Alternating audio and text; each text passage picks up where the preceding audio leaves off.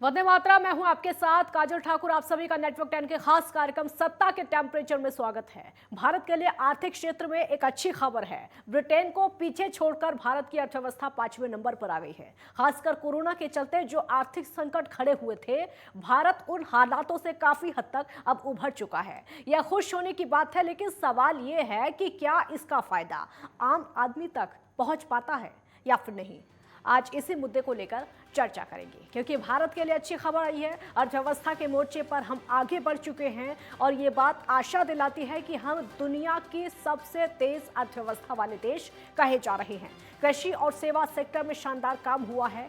Core sector में भी ध्यान दिया जाना चाहिए। भ्रष्टाचार भी एक बहुत बड़ा संकट है। साथ ही विकास पर केंद्र राज्य का बेहतर समन्वय होना जरूरी है, जो कि अभी दिखता नहीं है, जो कि अभी किसी भी राज्य या फिर केंद्र के साथ में नजर नहीं आता है। अच्छा है कि तमाम दिक्कतों के बावजूद भारत ने आर्थिक मोर्चे पर सफलता हासिल कर ली है। यह हर देशवासी के लिए बड़ी खबर है और हर देशवासी के लिए खुशखबरी भी है। और इस चर्चा में शामिल होने के लिए कुछ खास मेहमान हमारे साथ इस समय जुड़े हुए हैं। हमारे साथ इस समय वरिष्ठ पत्रकार मनीष शुक्ला, बहुत स्वागत है मनीष शुक्ला जी आपका। वरिष्ठ पत्रकार योगेश सोनी, योगेश जी आपका भी स्वागत है। दिनेश सक्सेना अर्थशास्त्री हैं, दिनेश जी आपका भी स्वागत है। दिनेश सक्सेना जी, पहला सवाल मेरा आपसे ही होगा। देश की 5वीं अर्थव्यवस्था बनकर उभरा है भारत, आपका रिएक्शन क्या होगा?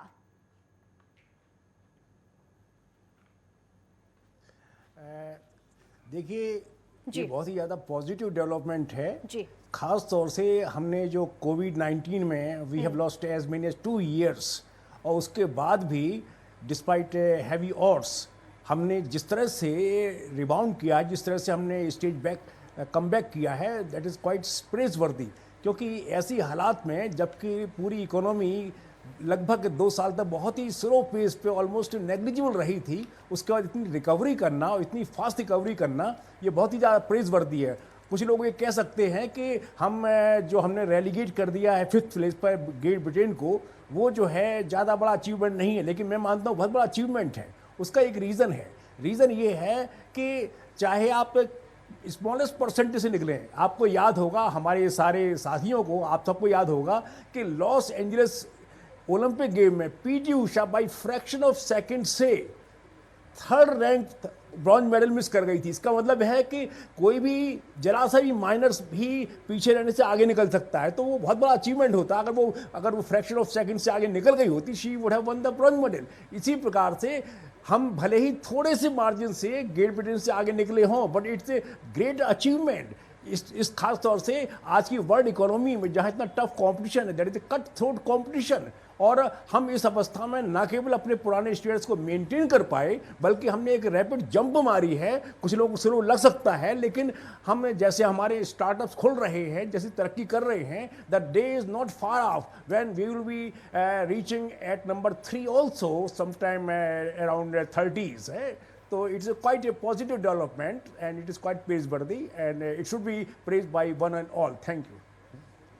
ठीक है योगेश सोनी जी, मेरा सवाल आपसे होगा, क्योंकि हमने अभी देखा है कि 5वीं अर्थव्यवस्था बनकर भारत उभरा है। देश में इतना कुछ चल रहा है, देशों में युद्ध भी हुए हैं, उस बीच में 5वीं अर्थव्यवस्था बनकर भारत का ऊपर उठना एक पॉजिटिव संदेश भी है और देश के लिए गर्व की बात भी है। कैसे आप इसको देख रहे हैं?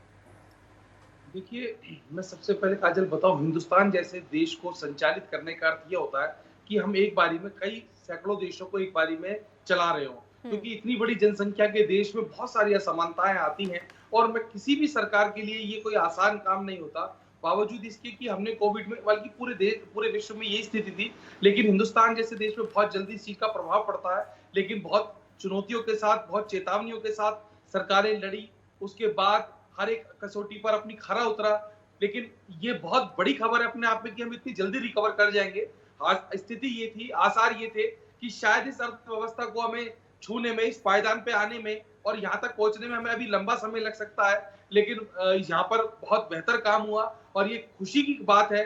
जो हमारे मन में हिंदुस्तानियों के नकारात्मकता आ गई थी कि कोविड के बाद जिन लोगों का मोरल खत्म हो गया था, जिनके व्यापार खत्म हो गए थे, जिनकी नौकरियों पे बात बनाई थी, लेकिन जब अर्थव्यवस्था ठीक होती है तो इसका मतलब ये है कि आप कहीं ना कहीं स्टैंड कर रहे हो, चाहे थोड़ी सी बशर्ते परेशानी हो, थोड़ी सी चुनौती हो, लेकिन आप कहीं स्टैंड कर रहे हो। यही उसका एक सजीव उदाहरण है कि आज हमारी देश की अर्थव्यवस्था 5वें नंबर पे पहुंची विश्व में, और ये हमारे लिए एक अच्छा संदेश भी है और ये भारतवासियों के लिए अच्छी खबर भी है कि हम इस चीज को बहुत सकारात्मकता के रूप में देखें, और जो निर्वहन है, जो हम व्यय की बात करते थे, उसकी ओर हम अग्रसर अब हो सकते हैं। चूंकि जो चीजें थी वो कहीं ना कहीं इस बात को लेकर चिंतित थी कि अर्थव्यवस्था डूबती है तो क्या होता है, क्योंकि हमने पीछे दिनों में पाकिस्तान और अपने पड़ोसी जो श्रीलंका को देखा था कि वहां पर क्या हालात थे, तो ये चिंता का विषय हिंदुस्तान में भी बना हुआ था कि कहीं लोगों की स्थिति ये ना आ जाए, सड़कों पे ना आ जाए या ये दिक्कत ना हो जाए। बावजूद इसके हमने बड़ा अच्छा कमबैक करा, बड़ा अच्छा रिकवर करा, तो ये एक अच्छा संकेत है, अच्छी चीज है।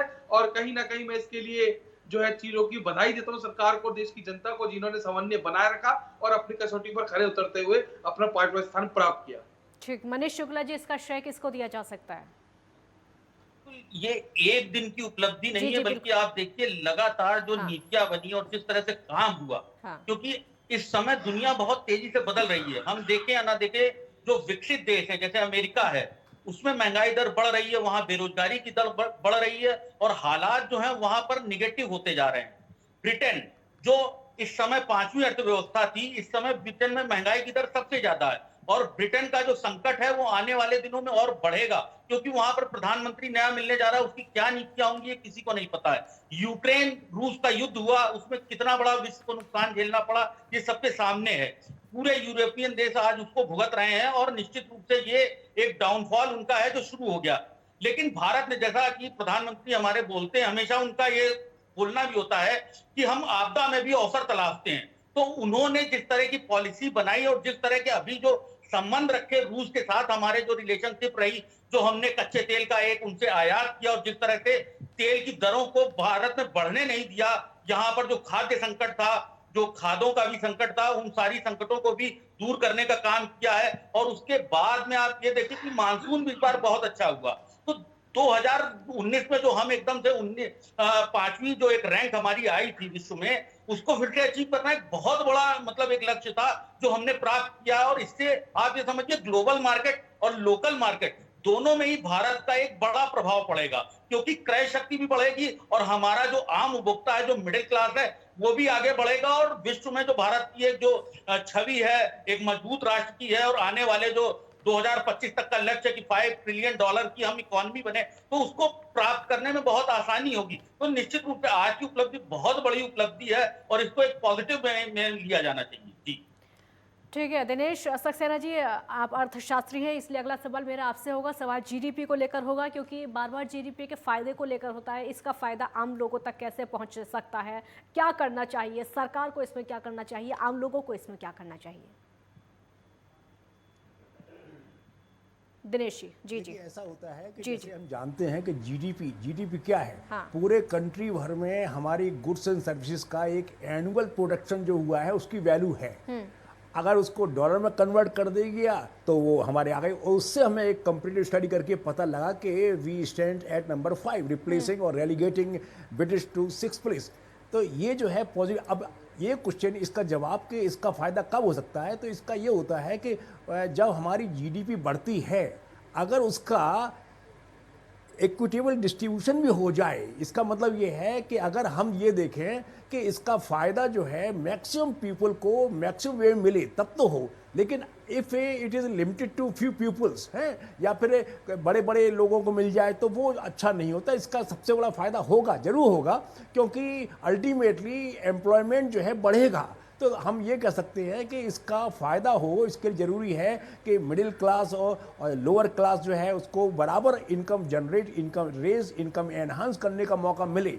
दूसरी सबसे बड़ी बात जो है जिस पे हम फोकस करना चाहेंगे कि सबसे अच्छा दिन हमारा तब होगा कि जीडीपी जो है बढ़ने के साथ साथ पर कैपिटा इनकम में भी हम वर्ल्ड में आगे बढ़ें। क्योंकि अगर हम एक कंपैरेटिव स्टडी करें तो एक तुलना करना, हमारे 135 करोड़ की आबादी का टोटल प्रोडक्शन, टोटल जीडीपी, उससे हम इंग्लैंड से करें तो उसके हिसाब से हमें कोई कंपैरिजन नहीं है। तो इसका असली फ़ायदा ये होगा कि जीडीपी बढ़े, और साथ साथ पर कैपिटा इनकम भी बढ़े, वो भी बढ़ रही है। और हमें उम्मीद है कि बहुत जल्दी समय में हमारी पर कैपिटा इनकम जो है धीरे धीरे और बढ़ेगी, और असली लिविंग स्टैंडर्ड उसी से ही बढ़ा करता है कि जीडीपी का मतलब तो है कि 135 करोड़ का कंट्रीब्यूशन क्या है वेल्थ में, लेकिन पर कैपिटा का तो ये है कि अगर हमें टोटल वेल्थ को if it is divided by the number of people living in the country, तो पर कैपिटा इनकम जो है वो ज़्यादा हो जाएगी, वो रियल प्रोग्रेस होगी। लेकिन हमें उम्मीद है कि as compare to past decade, जैसा आपने बताया, जैसा हम जानते हैं कि पहले हम 11th स्टैंड पे थे, अब हम 5th पे आ गए, तो धीरे धीरे पर कैपिटा इनकम भी बढ़ेगी और ये बहुत बड़ा पॉजिटिव साइन है। और सबसे बड़ी चीज़ तो ये है कि बाहर की इकोनॉमी जो है वो सैचुरेशन पॉइंट पे पहुंच गई, हमारी प्रॉमिसिंग है, इट्स ए राइजिंग इकोनॉमी, और हमारा फ्यूचर जो है जीडीपी में और पर कैपिटा इनकम में दोनों ही शानदार है। खास तौर से स्टेबिलिटी जो है गवर्नमेंट की, it has got lot of meaning, और इसी कारण से ये तरक्की चल रही है। तो full marks to the government, और हम उम्मीद करते हैं कि बाकी सबका कंट्रीब्यूशन से जीडीपी हमारी बढ़ती रहेगी, साथ में पर कैपिटा इनकम भी एक सब्सटेंशियल ग्रोथ की ओर बढ़ेगी। Thank you. ठीक है योगेश सोनी जी, जैसा कि दिनेश जी भी बता रहे हैं कि सभी का समन्वय अगर मिलता रहे तो हम ऐसे ही तरक्की करते रहेंगे, हमारा देश भी तरक्की करता रहेगा। लेकिन अगर हम उस युद्ध को याद कर लें जो यूक्रेन और रूस के बीच में हुआ था, उसमें बार बार कहा जा रहा था कि इसका भारत पर बहुत ज़्यादा असर पड़ेगा, खासकर भारत की अर्थव्यवस्था पर। लेकिन हम देख रहे हैं कि उसका उल्टा हुआ है, देश तरक्की कर रहा है, देश की अर्थव्यवस्था तरक्की कर रही है। देखिए काजल, इसमें कोई दो राय नहीं जी। कि युद्ध से हमें प्रभाव नहीं पड़ा है। बिल्कुल। मैं जानकारी दे दूं, क्योंकि इस दौरान मैंने जो रिपोर्टिंग के तहत कुछ चीजें देखी थी, उससे महंगाई बहुत बढ़ी थी। अगर हम तांबे जैसी धातु की बात करें जो 400 सवा 400 रुपए किलो से लेकर 800 रुपए किलो तक हुई थी, और जिसकी वजह से महंगाई का असर एक आम जनता की जेब पर पड़ा था। और देखिए हमने ईंधन लगातार महंगा हुआ था, तमाम ऐसी लंबी जिसका सरोकार एक आम जनता से जुड़ा होता था, तो कोई इस बात में दोहराए नहीं है कि उस समय अर्थशास्त्रियों का चिंतित होना जायज था, हम लोगों का चिंतित होना बड़ा वाजिब था। चूंकि जिस तरीके से युद्ध के दौरान जो महंगाई थी और जो लग रहा था कि ये चीजें सीमित समय तक लुप्त है, वहां तक वो असर पड़ रहा था। एक एक दिन के अंदर 40-40, 50-50 रुपए किलो तक का प्रभाव पड़ रहा था कुछ वस्तुओं पर, तो इससे कहीं ना कहीं चरमराए थे हम लोग। लेकिन ये बहुत खुशी और आश्चर्य की बात है कि हम जितनी जल्दी यहाँ रिकवर कर गए, और ये जो एक नीति बनी है और जिसके तहत हमने ये कमबैक मारा, और जिस 11वें से 5वें साल तक का, ये बेहद निश्चित, फिर बार बार कह रहा हूँ, बहुत आश्चर्य की बात है। उम्मीद नहीं थी, सोच से परे का काम हुआ है, क्योंकि युद्ध की वजह से जो प्रभाव पड़ा था वो देखने को मिल रहा था। मैंने आपको एक वस्तु का उदाहरण दिया, ऐसी तमाम लंबी फहरिस्त थी जिससे आम जनता से जुड़ी चीजों का सरोकार हुआ करता था, लेकिन बावजूद इसके हमने रिकवर कर लिया। ये अपने आप में एक अच्छी खबर है, क्योंकि उस समय पे हमने देखा था कि किसी जो फ्लक्चुएट आ रहा था रेट के अंदर, अगर आप गोल्ड की बात करें, चांदी की बात करें या तांबे की बात करें, तो यहाँ पर क्या हो रहा था कि मैं उस समय एक रिपोर्टिंग पे था, खबर पे, तो जो 400 सवा 400 से 800 तक का सफर तय कर रहा था, एक ही दिन के अंदर 700 हो रहा था,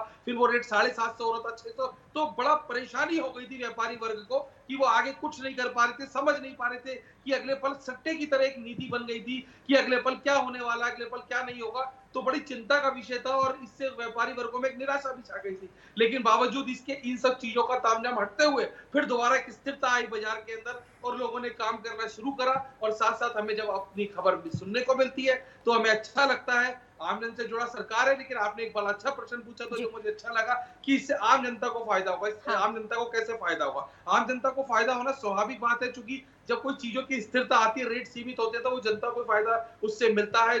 और जैसे उदाहरण के तौर पे हम कोई एक तार का बंडल लाते हैं, उसकी कीमत 2200 रुपए, वो सीधा 1700 रुपए होती है, और इसके बाद जब वो रेट स्थिर होते हैं तो इसका सरोकार इन चीजों से सीधे सीधे होता है। तो आम जनता को तमाम ऐसी चीजें हैं जो हर रोज प्रयोग होने वाली चीजें होती हैं, उन पे इसका रेट में काफी गिरावट आती है, और वो जो चीजें हैं वो कहीं ना कहीं मुनाफे के रूप में बदलती हैं। चूंकि कई बार ऐसी चीजें हमें लगता है कि उसका रेट इतना ज्यादा है और वो हम समझ नहीं पाते। उदाहरण के तौर पे पेट्रोल की अगर हम बात करते हैं तो बहुत लोगों को समझ भी नहीं आता कि इतना फ्लक्चुएट क्यों हुआ बीते दिनों, तो वही उसका एक कारण था। ठीक, मनीष शुक्ला जी, मैं दर्शकों को भी उन 4 देशों के नाम बता देती हूँ जिनमें जो कि इस समय आगे हैं। चीन, अमेरिका, जापान, जर्मनी, ये सिर्फ आगे हैं, और 5वें नंबर पर भारत आ चुका है। बहुत गर्व की बात है ये सभी के लिए। जी बिल्कुल, ये गर्व की बात है। और सबसे बड़ी बात ये है कि जो हमारे सामने 2022-23 का एक लक्ष्य आया है, वो ये सामने बता रहा है कि हम एशिया की सबसे बड़ी अर्थव्यवस्था बन सकते हैं। और जी। एशिया में चीन भी है। चीन जहां पर इस समय एक इमर्जिंग है, पूरे अमेरिका को वो चुनौती दे रहा है, पूरे विश्व में एक खतरा बनकर उभरा है। उस बीच में अगर आर्थिक दृष्टि से भारत को देखा जाए तो भारत बहुत ही मजबूत स्थिति में है, और अगर वो चीन को मुकाबला कर रहा है, इसका मतलब ये है कि भारत का निर्यात जो है वो बढ़ेगा, और भारत का जो बिजनेस सेक्टर है, जो भारत का एक उत्पादन क्षेत्र है, मैन्युफैक्चरिंग फील्ड है, वो बढ़ेगी। आम लोगों को जहां रोजगार मिलेगा वहां पर वैश्विक स्तर पर भी भारत की एक पकड़ मजबूत बनेगी। तो ये एक बड़ा शुभ संकेत है। मॉर्गन स्टैनली ने सर्वे किया है, और भारत इसको एक शुभ दृष्टि से ही देखकर आगे बढ़ना चाहिए। सरकारी नीतियां भी निश्चित रूप से लगातार बदलती हैं, और जो कारोबार है उसके लिए फ्लेक्सिबल होती जा रही है। तेल का, जिस तरह अभी भाई साहब ने कहा, सोनी जी ने कहा कि तेल का, लाइव है, वो फोन कर रहे हैं लगातार। जी जी जी जी हाँ जी, ठीक। दिनेश सक्सेना जी, मेरा सवाल आपसे होगा, सेवा कृषि में तो भारत बहुत ज्यादा आगे है, लेकिन कॉल सेक्टर की अगर बात की जाए तो इसमें ध्यान देने की जरूरत है।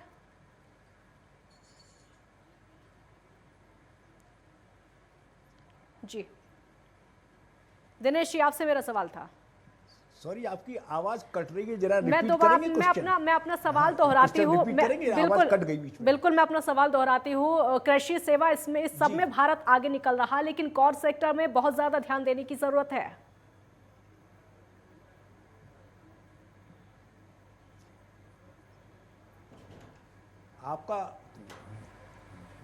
आपका कहना बिल्कुल सही है कि हमें बाकी सेक्टर्स जिनमें अभी हमें उम्मीद है अभी नहीं हो पाए, लेकिन मैं आपको बता दूं कि best is yet to come. अभी आप जो रिमेनिंग 2-3 ईयर्स बचे हैं और फ्यूचर आप देखेंगे तो it is going to be increase by leaps and bounds. अभी जो है तरक्की, ये तो आप देख रहे हैं कोविड के इमीडिएटली देर आफ्टर है। अभी आप देखेंगे हर फील्ड में कोई भी फील्ड छूटेगा नहीं जिसमें तरक्की ना हो, चाहे स्पोर्ट्स हो, चाहे मैन्युफैक्चरिंग हो, चाहे सर्विस हो। In every sphere India will make a rapid rise, rapid growth. क्यों? क्योंकि अब जो है हम उससे रिकवर कर चुके हैं, हम कम बैक कर चुके हैं। अब हम जो है रैपिड पेस से आगे बढ़ रहे हैं विदाउट एक्सेप्शन, हर फील्ड में, हर स्फीयर में। तो आपने जो बताया है, जो फैक्टर अभी बताया आपने, जो सेक्टर बताया है जिसमें अभी पीछे है, लेकिन उसमें भी आप बहुत जल्दी देखेंगे कि नियर फ्यूचर में हम आगे बढ़ेंगे, और विद इन 3-4 ईयर्स आप और हम चौंकेंगे कि कहाँ हमने उम्मीद की थी हम उस तक खरे उतर रहे हैं। तो बहुत पॉजिटिव डेवलपमेंट है, और अगले 3-4 ईयर्स जो है बहुत ही क्रूशल, बहुत ही इंपॉर्टेंट, बहुत ही कंट्री के डेवलपमेंट के लिए बहुत ही अच्छे पॉजिटिव प्रूव होने वाले हैं। जी दिनेश सक्सेना जी, एक और अहम सवाल आपसे मेरा रोजगार को लेकर होगा, क्योंकि हमारे जो देश के युवा हैं वो रोजगार के इंतजार में हमेशा रहते हैं। नौकरियों की बहुत ज़्यादा कमी है, उन युवाओं को रोजगार का इंतजार हमेशा रहता है। अगर हमारा देश तरक्की कर रहा है, हमारे देश की जो अर्थव्यवस्था है वो दुनिया में 5वें नंबर पर आ चुकी है, सिर्फ 4 देश आगे हैं, 5वें नंबर पर भारत है। रोजगार की अगर बात की जाए तो उन युवाओं का इंतजार पूरा होगा। रोजगार के सेक्टर में क्या हो सकता है? लगभग हर सेक्टर की अगर बात करें तो क्या रोजगार उन लोगों तक पहुंचेगा जो युवा पढ़ लिख कर अपने घर में बैठे हुए हैं?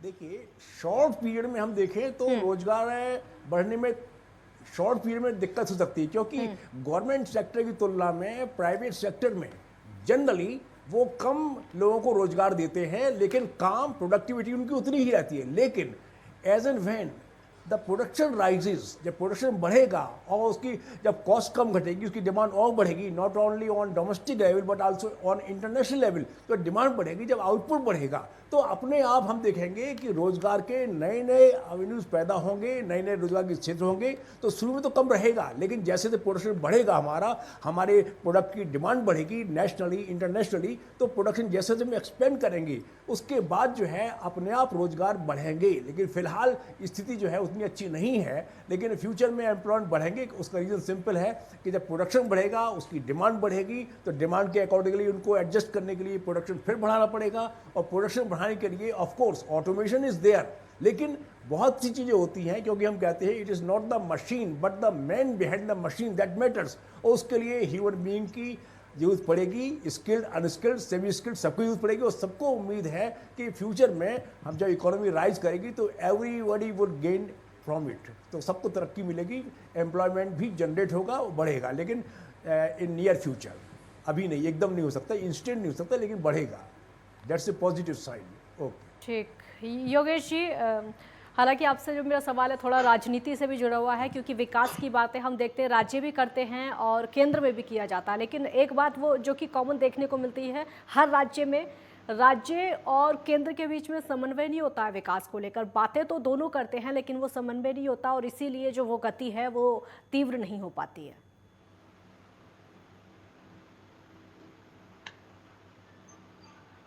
योगेश जी, आवाज सुन पा रहे हैं आप?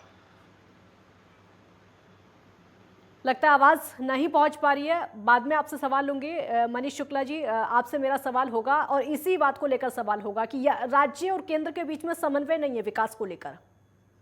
बिल्कुल, देखिए खुद पीएम मोदी भी कह रहे हैं कि डबल इंजन की सरकार, यानी जहां जहां उन्होंने कहा है कि बीजेपी की सरकार है वहां पर विकास तीव्र गति से हो रहा है, लेकिन जो अन्य राज्य हैं जैसे बंगाल हो गया या और जो दूसरे राज्य हैं जहां पर भाजपा की सरकारें नहीं है, राजस्थान हो गया, तो वहां पर वो हमेशा जो चाहे राज्य सरकार हो या केंद्र सरकार हो, एक दूसरे पर दोषारोपण करते हैं कि केंद्र ने हमें सहयोग नहीं किया, राज्य बोलता है जितना हमारा फंड है वो रिलीज नहीं हुआ। तो इन चीजों को भी देखना पड़ेगा और निश्चित रूप से ये जो है पॉलिटिकल एक स्टैंड लेने से ज्यादा अच्छा ये होगा कि आप जो एक अफसरशाही है, ब्यूरोक्रेसी है, उसको हावी ना होने दें और जो समन्वय है दोनों के बीच में, केंद्र और राज्य के बीच में, जो एक आधारभूत स्तंभ है किसी भी देश के डेवलपमेंट के लिए, भारत के लिए खासतौर पर है कि बंगाल एक बहुत ही मजबूत राज्य है, राजस्थान एक बहुत बड़ा राज्य है और जब राज्यों का समग्र विकास होगा तभी देश का विकास होगा।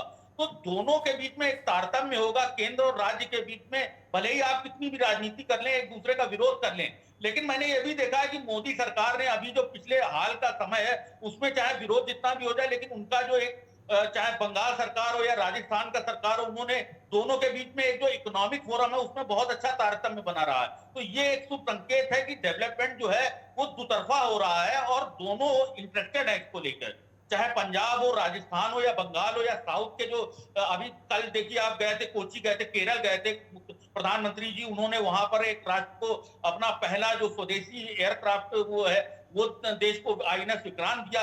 उसमें आप देखिए कि 2000 लोग प्रतिदिन वहां पर काम कर रहे थे और रोजगार के अवसर इस तरह से स्थानीय स्तर पर डेवलप हुए। तो स्थानीय हो चाहे ग्लोबल हो चाहे स्टेट लेवल पर हो, जब तक तारतम्य नहीं होगा, दोनों के बीच में तालमेल नहीं होगा, केंद्र और राज्य की एक जो भूमिका है दोनों अपनी भूमिका नहीं निभाएंगे, तब तक विकास की पूरी अवधारणा जो है वो नहीं होगी। जी योगेश जी, आवाज सुन पा रहे हैं आप? मुझे आवाज आ रही है आपकी? ठीक है, मैं आपसे सवाल दोहराती हूँ, हालांकि मैंने पहले भी पूछा था। खैर कोरोना काल को लेकर मेरा सवाल होगा, क्योंकि कोरोना काल में जैसे हालात हो गए थे उससे उम्मीद लोगों की गिर गई थी और लग ये नहीं रहा था कि इतनी जल्दी हमारी अर्थव्यवस्था सुधर पाएगी और तरक्की कर पाएगी, क्योंकि देशवासियों को भी ऐसा लगने लगा था जैसे हालात उस समय थे। देखिए कोरोना काल में आपने कहा उम्मीद कम हो गई थी, मेरा मानना उम्मीद खत्म हो गई थी। बिल्कुल खत्म हो गई थी, क्योंकि बिल्कुल जिस स्तर पे जिस पे बैकफुट पे आ गए थे, लोगों को नौकरी से निकालने जाना, लोगों का व्यापार खत्म हो जाना, बिल्कुल कैश ट्रांजैक्शन के रूप में सब कुछ खत्म हो जाना, तो ऐसा लगा था कि हम लगभग दशक भर पीछे आ गए।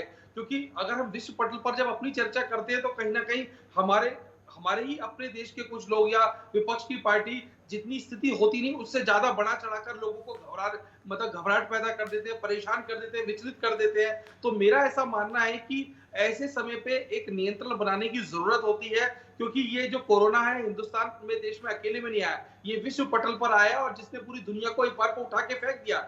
लोगों का धन दौलत तो छोड़िए, जान बचानी भारी पड़ रही थी उस दौर में, तो हम इन चीजों पे चर्चा करने की और हमारा दिल दिमाग भी नहीं दौड़ता था। लेकिन आज जैसे ही कोरोना के कालखंडों से हम बीते और आज इतना लंबा समय भी नहीं बीता, उसके बावजूद हम कम बैक कर गए। तो इस बात से हमें समझना चाहिए कि जो उम्मीद है, जो भरोसा है, वो बनाए रखना चाहिए, क्योंकि जब उम्मीद और भरोसा टूटता है तो वो टूटने के बाद सबसे पहले आदमी का मॉरल टूट जाता है। जब आदमी का मन टूट जाता है तो उसकी दुनिया खत्म हो जाती है। इसी तरीके से जो विपक्षी पार्टियां भी हैं उनको भी यहाँ समन्वय बना के चीजों को करके हम बहुत आगे बढ़ सकते हैं। इस बात में कोई दो राय नहीं काजल, हम आज भी सोने की चिड़िया हैं। अगर हम बहुत तर्क और तर्कों के हिसाब से काम कर रहे तो हम देश में कहीं पूरी दुनिया में अपना झंडा गाड़ सकते हैं। इसका सजीव उदाहरण हम अभी दे चुके हैं। तो इसके लिए हमें बहुत सारी चीजों को करने की जरूरत है। हमारे कई स्टेट्स ऐसे, जैसे मेरे साथी मित्र भी बता रहे थे, जिससे हम तमाम तरीके के व्यापार पैदा कर सकते हैं, वहां उन्नति पैदा हो सकती है। मगर क्या करें, कहीं ना कहीं हम लाचार हैं अपने देश की राजनीति के आगे। जो पक्ष हो चाहे विपक्ष हो चाहे वो कुछ भी हो, वो कहीं ना कहीं हमें इस चीज के लिए जो है परेशान करती है, विचलित करती है। यही कारण होता है कि हम कहीं ना कहीं अपनी उन्नति में जो लालछन है वो स्वयं लगा लेते हैं। यहाँ पर बहुत संभलने और बहुत सुचारू तरीके से काम करने की जरूरत है। बिल्कुल योगेश जी, मनीष जी, दिनेश जी, आप सभी का बहुत शुक्रिया। समय की कमी है, आप सभी का बहुत बहुत शुक्रिया इस चर्चा में हमारे साथ शामिल होने के लिए। तो भारत के लिए अच्छी खबर है कि अर्थव्यवस्था के मोर्चे पर हम आगे बढ़े हैं और ये बात भी आशा दिलाती है कि हम दुनिया की सबसे तेज अर्थव्यवस्था वाले देश कहे जाने लगे हैं। कृषि और सेवा सेक्टर में शानदार काम हुआ है, कोर सेक्टर में भी ध्यान देने की बहुत ज़्यादा ज़रूरत है, लेकिन फिलहाल बहुत ज़्यादा गर्व की बात है और अच्छी खबर है भारत के लिए। सत्ता के टेम्परेचर में फिलहाल इतना ही। आप देखते रहिए नेटवर्क 10। जय हिंद।